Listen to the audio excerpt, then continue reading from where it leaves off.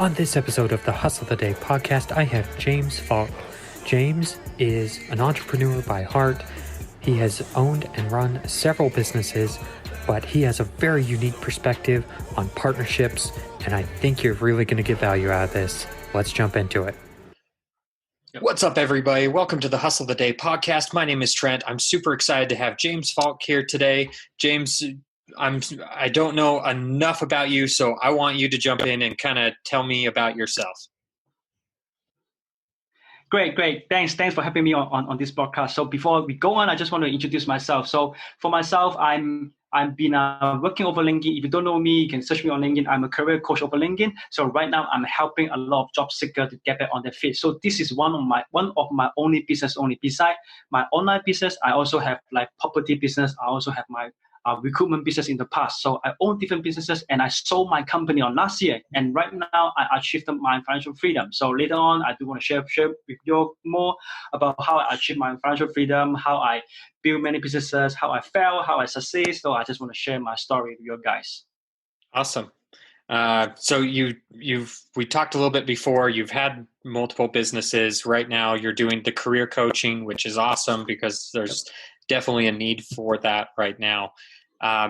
Tell me a little bit about some of these other businesses, like you mentioned, the property business, the recruitment business. Yep. Can you tell me a little bit about that? Okay. Before that, I also mentioned I did one more business when I was younger. When I was 25 years old, I started my first business. That was the graphic design. So this is my first business, and then right now, 5 years ago, I start my another business. Is called Bray. It's a recruitment firm. Because for myself, I was a recruiter, headhunter. So after 5 years working in a big company, and I start to partner with my colleague, and then we start together as a not multinational but a local firm, and then we grow from 1 people to 20 people over 5 years, and then after 5 years, I felt it's time to move on. So I sold my share to him, and then on 2 years ago, at the same time, I have my own recruitment firm. I start another business. It's called companies called Visa. It's doing a co-living in Hong Kong, because Hong Kong, the house, the property is so expensive. So I bought some properties, some I rent, some I bought, and then I divide them to different small room. I rent out to internship. So this is one property and give me passive income. And then because of that, the idea, because of the freedom, so I start my career coaching right now. Very cool. And you mentioned, your first company. What is it that made you decide to start your own company, like that graphic design company? What made you think, I'm not going to go the traditional career path, I want to start my own company?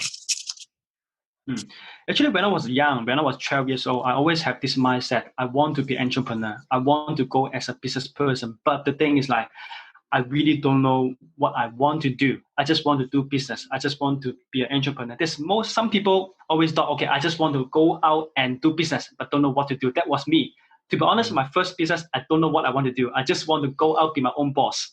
Okay. Yep. That's why my first business, I felt absolutely, I felt it nearly got me bankrupt. Yeah. Because I just don't know what I want. I just want to be a business and feel like a boss.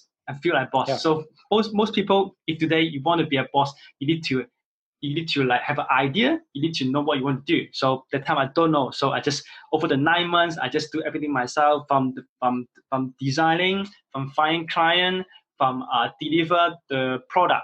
Everything I did myself. And after 9 months, I can't handle anymore. So I failed my first business, but because of that experience, I'm able to start my second and third and fourth business because of the experience. So everything you come up for a good reason, and because of that, and then I'm able to start my second and third.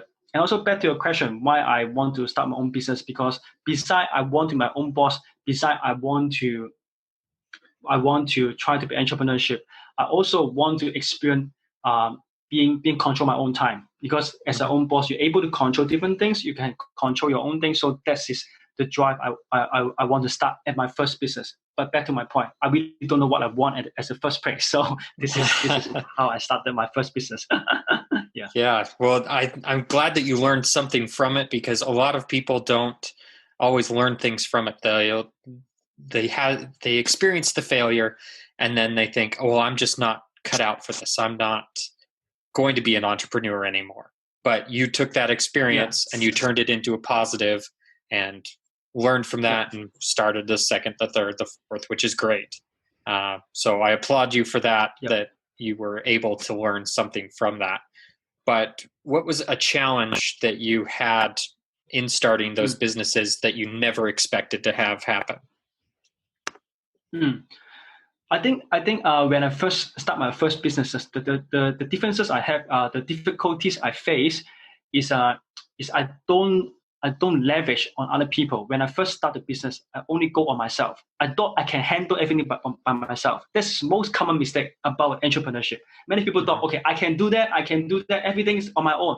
I can save money because doing everything can save money. But you know what? Actually, if you hire somebody, maybe even freelance, you're saving a lot of time. You can do on certain other things. So that's why my second business, I got one partner. My another partner is so good about back end. For me, I'm a salesperson. I only can know how to find money, find client. If you ask me to go back to type in all the document, I tell you, I will be so terrible on this thing. Okay, and then I will just not good and documenting. Okay, so that's why my partner, he's good in admin, he's good in data, he's good in building a system. You know, when I was doing recruitment, we need a system to store all the information. He's going to research everything. What I did is like I just go in and find client and then bring in the money, and that's it. Yeah. Okay. Even in my property business, I never touch the renovation. I never touch the operation. I only go and find the tenant. Yeah, that's it. Because I'm not good in managing all the workers. I'm not good in managing all the operation. I'm only good in find the new property, find the new client to come in to rent my place.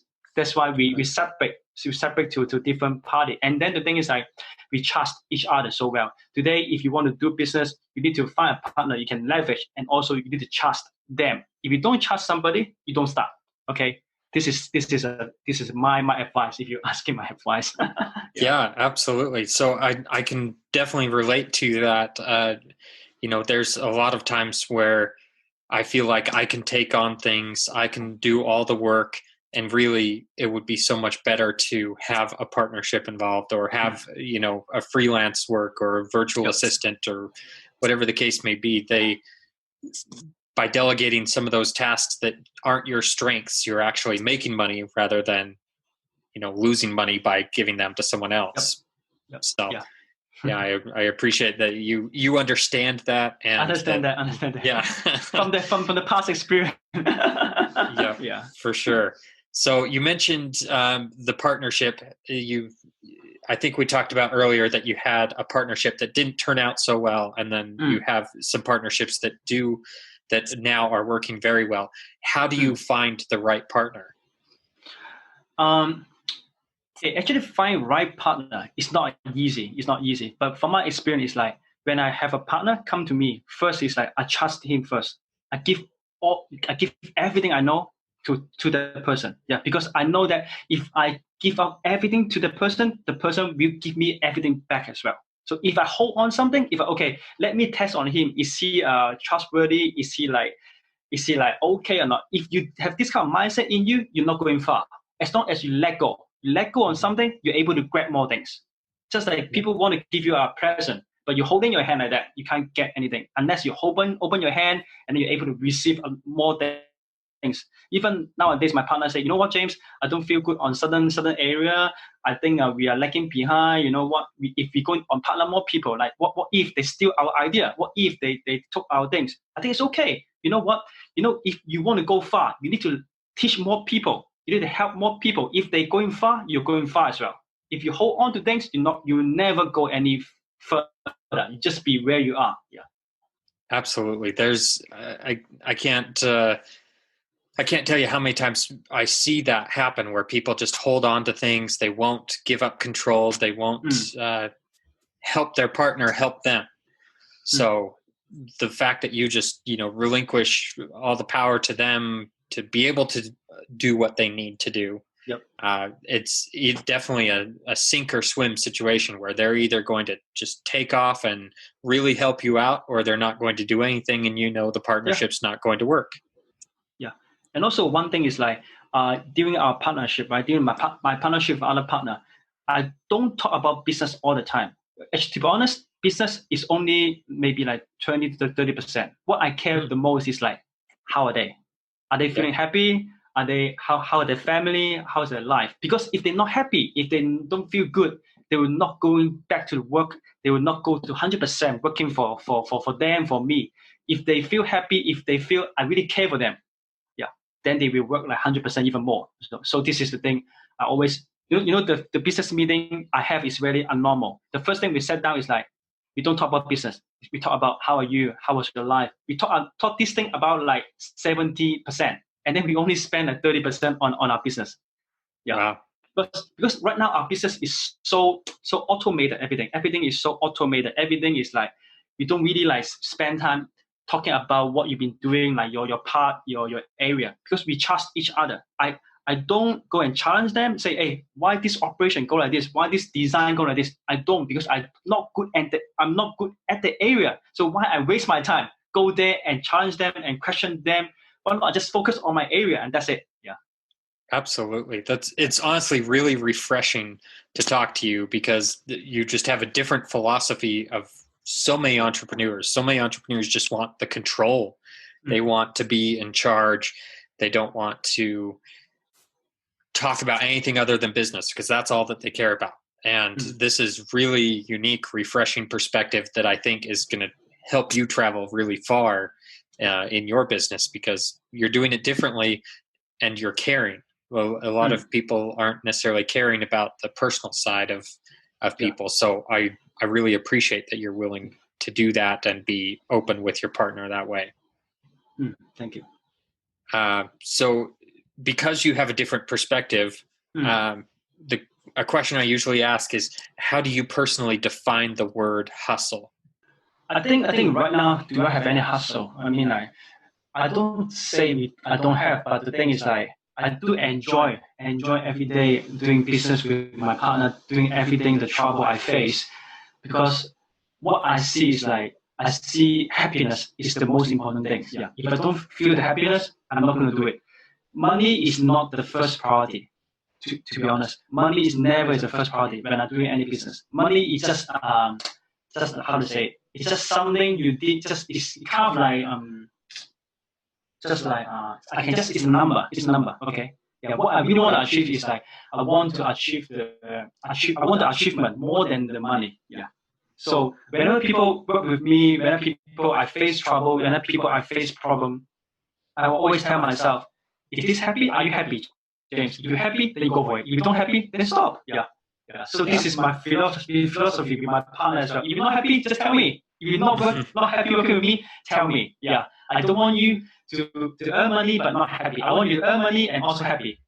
Yeah, absolutely.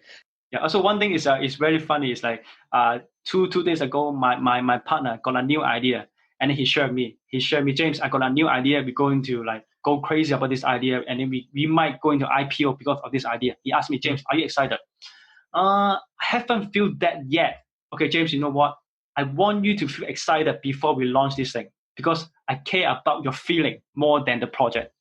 That's what he told me. Yeah. Wow. If he don't feel I'm excited, then we don't do it. Wow. That's what he told me. Yeah. That's impressive. Said.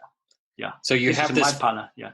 Yeah, you have this philosophy of, being happy and, having your partner feel great about the situation. Where did you learn that from? Who is influential on that for you? Okay, I can say like 4 years ago, I wasn't like this. 4 years ago, I only focused on money. I only want, because I was a top sales in my old company. I always hit record. I always like chase for numbers, chase for money. But until one day, I realized I wasn't happy.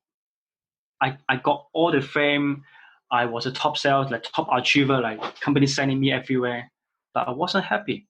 So I started thinking. So I went to some courses, like why I'm not happy. So in the end, I find out the problem is like, I want my father to recognize me. I want my father to recognize I'm doing something great. But to my surprise, I realized that my dad didn't expect anything from me. So until the point I say, actually, nobody expect me to go so far. Nobody expect me to earn so much money. It's only myself. then why I need to push myself so hard? Yeah. So from that day onward, I realized happiness is the most important things in my life. So I changed the mindset. I changed everything. I changed not the fear driving my car, not the money driving my car. It's my happiness driving my car. So because of that, then I realized I need to care for my other people. And because during that program, I'm able to meet my partner, meet my two partner. So they are from the same program. Because from that same program, we're able to care about each other first, and then the business will be the bottom things. We only care about each other. If we don't talk about our life, then we are meaningless. Yeah. Yeah, absolutely. That's fantastic. That's a great way to network with someone in that you have that shared interest of, happiness first. Yeah, that's really refreshing, unique perspective. So you mentioned that you've had a lot of success on LinkedIn, and you've experienced the power of LinkedIn. What drove you to expand your LinkedIn network? Okay, because what happened over LinkedIn is like I grew my account from 8,000 on last December until today is like 55K follower. So Wow. So LinkedIn is right now, I can say, is the phase 1 or phase 2 about Facebook. Okay, last time while we on Facebook, like you click a like, you comment something, your friends able to see it. But now Facebook not going to, you're not going to see your friends like comment anything. But LinkedIn now, yes, the organism is like so easily to reach to your friends, and then even you just post something on LinkedIn, you got like 1,000 or 2,000 views. So this is like, I can say it's like free ad over LinkedIn. Yeah. So don't waste it, because right now you never know when LinkedIn will take it away, and then you back to like IG or Facebook time. Then you need to pay money for the free ad. So I can say I monetize LinkedIn. I make money from LinkedIn without paying a single dollar. That's fantastic. Yeah. People paying like a lot of dollar on Facebook to get sales. I pay no money to get money coming in from LinkedIn. Yeah. That's very cool. So one of the ways you're doing that is you're helping people with their career and coaching them in that. What's kind of your first advice for somebody who's trying to advance their career? Okay. So back to your first question. So what I'm doing now is like I'm helping people to secure unlimited interview without sending a resume. So this is my gimmick. I teach them like how to touch the high level person, like touch the high manager, all these things. This is what I taught over the class. So during so how to, your second question is like how to do better or during the career, right? Yeah. Mm-hmm. So I think it's like, first of all, you need to understand your why you want to go to the job, why you want to quit your job to start your business. The reason why is very important, not the money. Right. If that's only the reason is money, then you're not going far, because money will never bring you far. Yeah, you need to find out the reason. Maybe like you want to empower more people. Maybe for you, you want to impact the society, something like that. Something that will excite you every morning. Yeah. If only money excites you in the morning, then I think you can do something else. Maybe you can do insurance, something like that, because they make more money than entrepreneurship. Yeah. Yeah. That's great. So you mentioned you help people secure the interview without a resume, which is really cool. A lot of people, they submit those resumes, they never get seen. They go through resume scanning software, and if you don't say the right thing, it doesn't help you. So basically, you're getting people in front of the right person. You're helping them basically get the at-bat, is what we'd call it, get a chance to present themselves, which is really cool. Yeah. Have you seen a lot of success from people who do get in front of those people? For those people who attended my masterclass, this is the name I call masterclass. I taught them like how to go to the back door to touch the hiring manager. So for those who finished my class and for those only took action, they got success. Mm-hmm.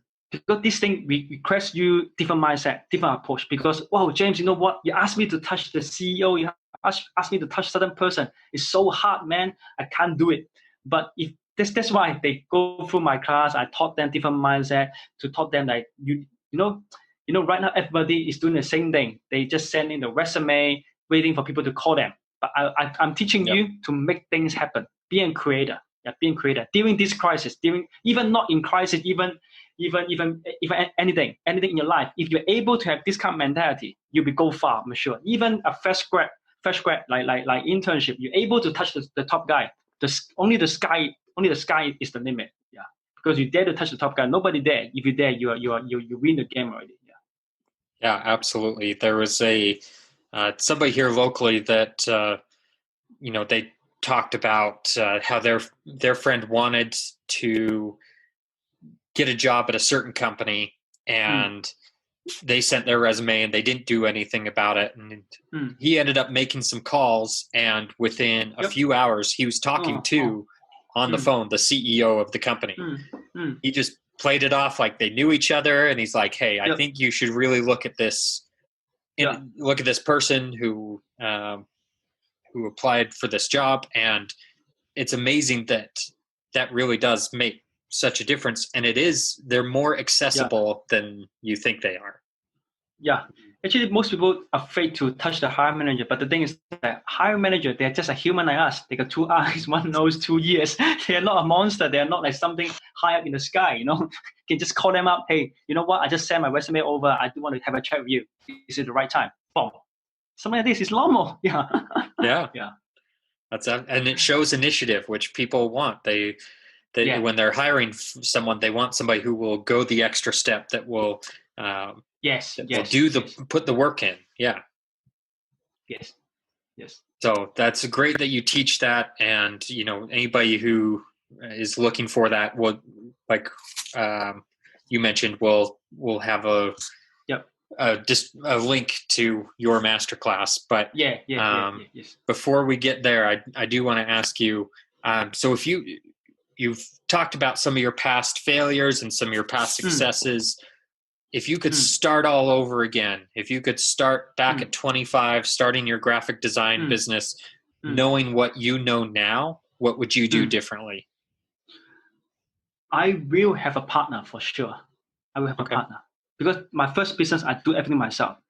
I will have my partner, and then I will put a paper beside me, write down all my strengths and all my weaknesses. So once I know my strength, I will just focus on my strength only. All the weaknesses, I will not going to waste time going to learn something new, because I know I can't make that. I will not good at those things. I don't want to waste my time. What I'm good at, I just want to spend 100% over there. I think by doing this, I'm going to very far if I'm, if I know it at my 25 years old age. Yeah. Yeah, that's great. I think one thing that you said that really is important is writing things down. A lot of people don't write things down, what their goals are, what their strengths are, what their weaknesses are. And I think that alone is great career advice for somebody, to write down what you want. Yeah. And one thing is I don't have the paper with me now, because my wallet isn't with me. 4 years ago, I wrote down my plan. I want to achieve my financial freedom. I put that paper inside my wallet, and then right now it's become history already. So guys, if you guys have anything you want to achieve, write down on a paper and then stick on the wall. I'm not sure you're going to show it the video, but this is one thing I do. I always put things on my wall to remind myself and all the target I want to achieve. I just put on the wall. Yeah. That's very cool. Yeah, that's very helpful to visually see it, and be reminded of it. And congratulations on achieving your financial freedom like you'd set out to do. Yeah. And that was last year, correct? Yeah. Last year. Yeah. Last year. Very cool. So now that you've achieved that goal, what is it that excites you about the future?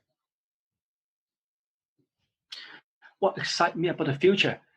LinkedIn online is what excites me. Every day I wake up full of excitement. To be honest, I can't really sleep nowadays. Like every night, every morning, I can't wait to wake up on next day and see what I'm going to do over LinkedIn, over the online world. Because to be honest, I'm 39 years old. I'm not born from the internet experience. I'm not born from the internet, but what I realized, internet is so amazing. They can touch so many people. It's like while you're sleeping, everything's still happening.